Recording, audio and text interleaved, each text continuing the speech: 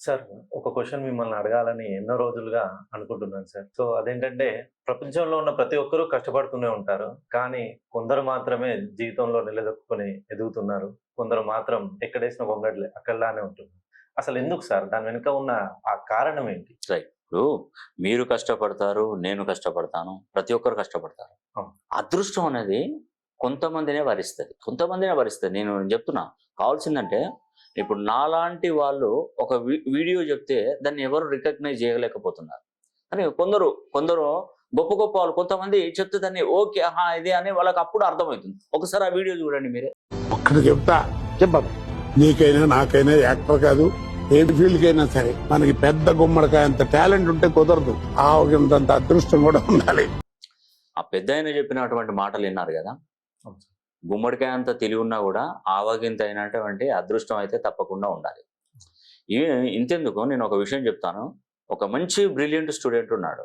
వాడు క్లాస్లో ఫస్ట్, వాడు పుట్టినప్పటి నుండి ఫస్ట్ బీటెక్లో ఫస్ట్, అన్నిట్లలో ఫస్ట్. ఈ ఫస్ట్ చూసి ఏం చేశారంటే ఆక్స్ఫర్డ్ యూనివర్సిటీ వాళ్ళు ఈయనని ఒక సీట్ ఇచ్చాడు అతనికి.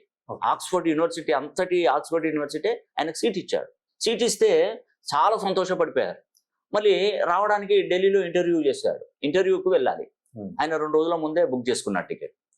అంటే మామూలుగా ట్రైన్ బుక్ చేసుకొని వెళ్ళినప్పుడు ఆ ట్రైను ఈయన కర్మ, ఆ పిల్లవాడి కర్మ దరిద్రం ఎట్లా పట్టిందంటే ఆ పోయే టైంకి ఆ ట్రైన్ ట్రాక్ అనేది కూడా ఏదో ట్రాక్ రిపేర్ వచ్చేసింది.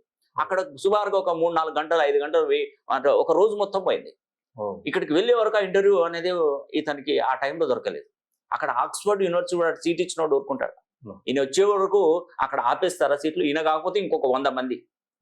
అంటే నీ దగ్గర తెలివితేటలు, చదువు అన్నీ ఉన్నా కూడా టైం అనేది మన చేతిలో లేదు. మన కాలం అనేది మన చేతిలో లేదు. మన కాలాన్ని ఆపలేము.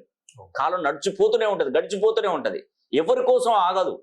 నువ్వు వస్తావా, నేను వస్తావా, బ్రిలియంట్ స్టూడెంట్ వస్తాడా, సీఎం వస్తాడా, పిఎం వస్తాడా, అసలు కాలం మాత్రం ఆగదు. నీ పని నువ్వు చేసుకుంటూనే పోవాలి. కాలం మాత్రం వెళ్ళిపోతూనే ఉంటది. అంటే నేను చెప్తున్నాను, ఈ లాస్ట్కి ఏమైంది, చివరికి అక్కడికి సీట్ రాలేదు. ఈ ప్లేస్లో ఒక నార్మల్ వ్యక్తి వచ్చి అక్కడికి వెళ్ళి అక్కడ సీట్ సంపాదించుకొని హ్యాపీగా సెటిల్ అయిపోయాడు. ఇతను మాత్రం ఒక మామూలు చిన్న స్థాయి ఉద్యోగం చేసుకుంటూ అక్కడ గడిపాడు. అతను మాత్రం అంత స్థాయిలో ఉండి ఇలాంటి వాళ్ళను ఒక 100 మందిని అతని కింద పెట్టుకున్నాడు. అంటే దీన్నే కర్మ ఫలితం అంటారు. నిజమండి, ఇది అక్షరాల నిజం.